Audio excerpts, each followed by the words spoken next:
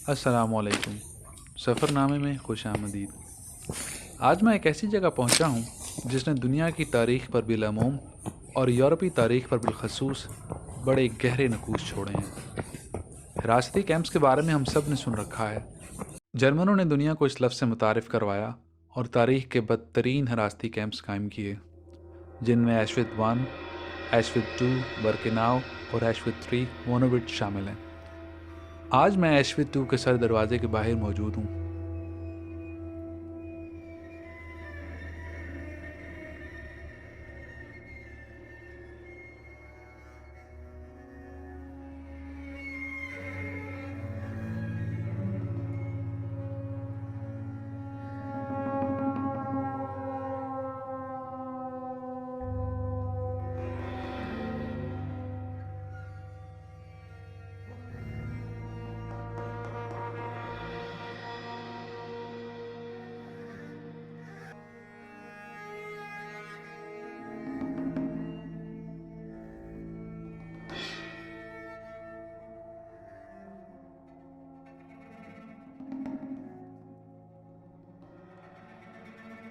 तो हम उस रेल की पटरी पर बैठे हुए हैं जहाँ पर ट्रेन आके रुकती थी और यहाँ से कार्ट में से लोगों को निकाला जाता था। यहाँ पे उनको छांटी किया जाता था। ये पीछे आप जो मंजर देख रहे हैं, यहाँ से ये ट्रेन सीधा जेल के अंदर तक जाती थी, जिसको एशविट्ज़ 2 कहते हैं, ब्रेकेनाउ भी कहते हैं। यहाँ पर ज़्यादातर जूस को जो है वो एक्सटरमिनेट किया गया। पीछे इसके बहुत बड़ा एक इलाका है जिसमें डिफरेंट ब्लॉक्स हैं। अभी हम जाएंगे उधर, उसको भी देखेंगे। तो जैसे अगर यहाँ से मैं आपको दिखाऊँ, can you roll it there? यहाँ से आपको दिखाएं तो वो आखिर तक ये बिल्कुल एक प्रिजन वाला नज़ारा है। छोटे छोटे वो बुर्ज बने हुए हैं, कैंप बने हुए हैं। इसके ऊपर एसएस के गार्ड्स होते होंगे, वो रखते होंगे। और ये रिंग लगी हुई है, इलेक्ट्रिक रेलिंग है, इसके दरमियान में तारें हैं, उसमें से करंट होगा ताकि कोई यहाँ से फरार ना हो सके। ये सीन आपने मूवीज़ में भी देखा होगा, अक्सर दिखाया जाता है ज़्यादा। सो काफ़ी हिस्टोरिक प्लेस है, लेकिन मैं शायद ध्यान नहीं कर पा रहा, कुछ इतना अच्छा महसूस नहीं हो रहा यहाँ पे आके। आप एक ऐसी जगह पर आए हैं जहाँ पे लोगों को जमात में ला के कत्ल किया गया है। बहरहाल तारीख़ है, अच्छी है, ये बुरी है, हमें देखनी है और उसे सबक सीखना है। तो अब आगे चलते हैं। चलें अंदर चलते हैं। ये यहूदियों की सबसे बड़ी कत्लगाह होने के साथ साथ जर्मनों का सबसे बड़ा हिरासती कैंप भी है। इसको 1941 में मौसम ख़ज़ां के दौरान तामीर किया गया।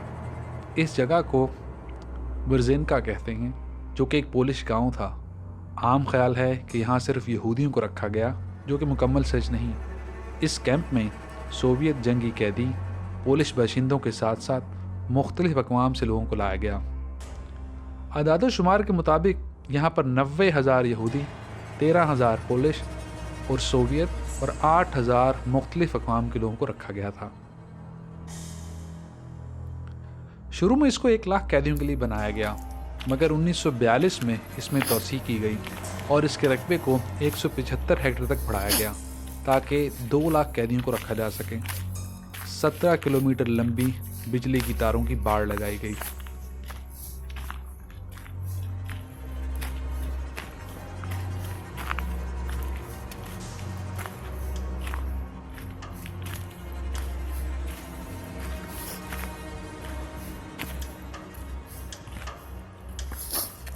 कंक्रीट के अंदर इन्होंने बार-बार तार लगाई हुई है और उसके ऊपर ये एक तरह के फ्यूज टाइप जंक्शंस हैं कुछ। आई एम नॉट श्योर, लेकिन मेरा ख्याल है इनमें कुछ कोई बर्क़ी करंट भी होता होगा ताकि ये लोग फरार ना हो सकें यहाँ से।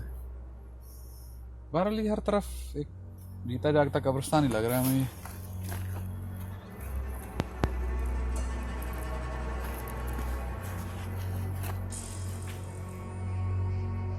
ये कोई सियाहती मकाम नहीं है।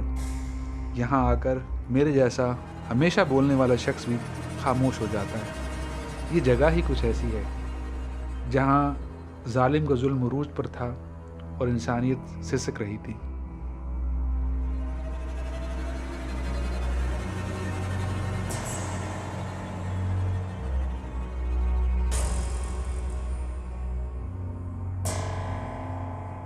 इस कैंप को 2 बड़े हिस्सों में तकसीम किया जाता है, B1 और B2। यहाँ तकरीबन 300 के करीब इमारतें या बैरक्स तमीर किए गए। ईंटों से बनाए गए थे बैरक्स और कुछ बैरक्स लकड़ी के थे। लकड़ी का एक बैरक तकरीबन 400 कैदियों के लिए होता है।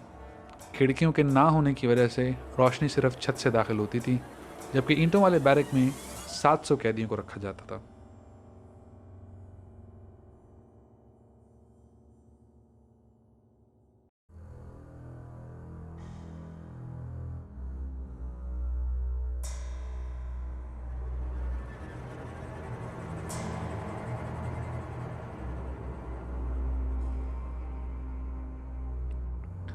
ख्याल किया जाता है कि बड़े पैमाने पर यहूदियों को गैस चैम्बर्स में इसी कैंप में मारा गया और बाद में उनकी लाशों को जला दिया गया, इनक्रिमिनेट किया गया, इंसानी राख को दरियाए विस्तोला में बहा दिया गया। कितने यहूदियों को यहाँ कत्ल किया गया उसकी तादाद में इख्तलाफ पाया जाता है कि जिन 6 गैस चैम्बर का जिक्र बड़ी शद्दोमत के साथ किया जाता है और कहा जाता है कि वहाँ 1 मिलियन यहूदियों को मारा गया, उनका सिर्फ मलबा ही मौजूद है। दावा किया जाता है कि जनवरी 1945 में एसएस के सिपाहियों ने उन्हें बम से उड़ा दिया था। वल्लाहु आलम। सवाल ये नहीं है कि कितने लोगों को मारा गया, सवाल ये है क्यों मारा गया। तादाद 5 लाख हो या 5,000 हो, जुल्म तो जुल्म है, चाहे 500 पर हो या 5 लोगों पर हो।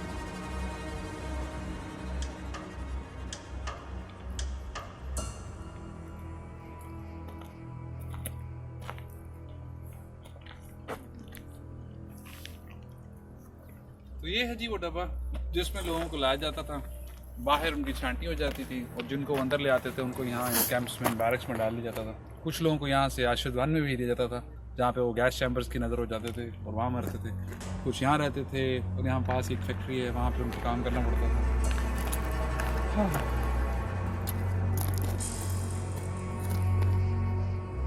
मेरे पास अल्फाज नहीं है बयान करने के लिए कि मैं कैसा फील कर रहा हूँ। अच्छी फीलिंग नहीं है बहरहाल, काफ़ी अफसुर्दगी का इजहार है। बहरहाल आना चाहिए आपको, तारीख है, आके देखें क्या क्या इंसान ने किया है और क्या क्या इंसान करेगा। ये उस वक्त के खुदा थे, आज भी कई खुदा हैं।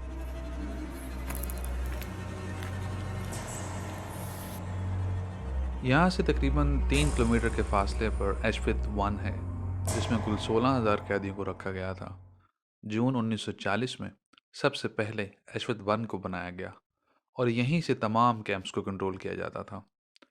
इसमें मुख्तलिफ ब्लॉक्स और बिल्डिंग्स हैं जिन्हें मुख्तलिफ मकासद के लिए इस्तेमाल किया जाता था। इनमें ब्लॉक नंबर 5, 10 और 20 काबिल ज़िक्र हैं। ब्लॉक 5 में कैदियों के इस्तेमाल की अशिया जैसे कि चश्मे, तालियूत जो कि यहूदियों के जाय नमाज होते हैं, लकड़ी के अज़ा, खाने पीने के बर्तन, जूते, दांत और जूतों के ब्रश, सूट केसेस और दीगर अशिया आज भी मौजूद हैं और यही जर्मन जराइम के वाज़े सबूत हैं। ब्लॉक नंबर 10 में कैदियों पर मुख्तलिफ मेडिकल तजुर्बात किए जाते थे और ये जगह ज़ायरीन के लिए आज भी बंद है। गुमान किया जाता है कि यहाँ पर मुख्तलिफ जर्मन कंपनियों की अद्वियात टेस्ट की जाती थी और इस मकसद के लिए डॉक्टर कॉल क्लबवर्ग को खुसूसी तौर पर मुतय्यन किया गया था। ब्लॉक 20 में बाएं जानिब वो कमरा मौजूद है जहाँ कैदियों को ख़तरनाक टीकों के ज़रिए मारा जाता था। बहरहाल इन ब्लॉक्स के अलावा जिस जगह को देखने का मुझे बहुत ज़्यादा इश्तियाक था वो कैंप के पहले जर्मन कमांडर रोडोल्फ होल्स की फांसी की जगह है। अप्रैल 1947 को पोलिश सुप्रीम कोर्ट ने फांसी की सज़ा सुनाई और ये वो जगह है जहां जालिमों का एक सुरखैल अपने अंजाम को पहुंचा। ये वाकई इबरत की जगह है और इससे हमें ये सबक हासिल होता है कि जुल्म का हिसाब इस दुनिया में भी होता है और आखिरत में भी। एश्वित 1 के बाहर उन लोगों की यादाश्तें मौजूद हैं जो इस कैंप से ज़िंदा बच निकले थे। आज वो किस मुल्क में हैं, उनके ख़ानदान किस हालत में हैं और वो अपने उस वक्त को किस तरह से याद करते हैं, उसकी कुछ तस्वीरी झलकियाँ यहाँ मौजूद हैं। यहाँ एक छोटी सी एग्जीबिशन है, मैं भी यहाँ खड़ा ये देख रहा था और सोच रहा था कि कहा जाता है कि इंसान तारीख से सबक सीखता है। एश्वित के दौरे के दौरान मैंने बहुत सारे यहूदी बच्चे देखे जो यहाँ अपने बड़ों की कत्लगाह पर आए हुए थे। लोग दुआएं मांग रहे थे, कुछ लोग इसराइली परचम के साथ आए हुए थे। मुझे ये गुमान होता था कि शायद ये लोग यहाँ से कुछ सीख कर जाएंगे। इन लोगों को तो बहुत नरम होना चाहिए। अगर इनके साथ ये विपदा गुजरी है तो इनका सलूक दूसरों के साथ अच्छा होना चाहिए। लेकिन जब हम आज दौरे हाजिर में देखते हैं, इसराइलियों का फ़लस्तीनियों के साथ सलूक देखते हैं तो दिल अजीब मखमसे का शिकार हो जाता है। फिर जब मैं म्यांमार की तरफ देखता हूँ तो सोचता हूँ कि हम किस तरफ जा रहे हैं। आज इंडिया में कंसंट्रेशन कैंप्स बनाए जा रहे हैं आसाम में। तो क्या ये जो नज़रिया था कि हम बेहतर हैं और तुम कमतर हो, सिर्फ हमें जीने का हक है और तुम्हें नहीं है, क्या ये नज़रिया ख़त्म हुआ है या ये अपनी शक्लें बदल रहा है और पूरी दुनिया में मुख्तलिफ रंगों, नस्लों और इलाकों में आज भी मौजूद है? तो इससे तो ये पता चलता है कि आने वाले अरसे में वहाँ पर भी इस तरह के कैंप्स बनेंगे, वहाँ पर भी लोगों को बेदर्दी से मारा जाएगा, वहाँ पर भी इंसानियत की तजलील होगी। ये सिलसिला कब तक चलेगा? मैं तो इस चीज़ को लेकर काफ़ी सोचता रहता हूँ। आप क्या सोचते हैं मुझे बताइएगा। इजाज़त दीजिए। अल्लाह हाफ़िज़।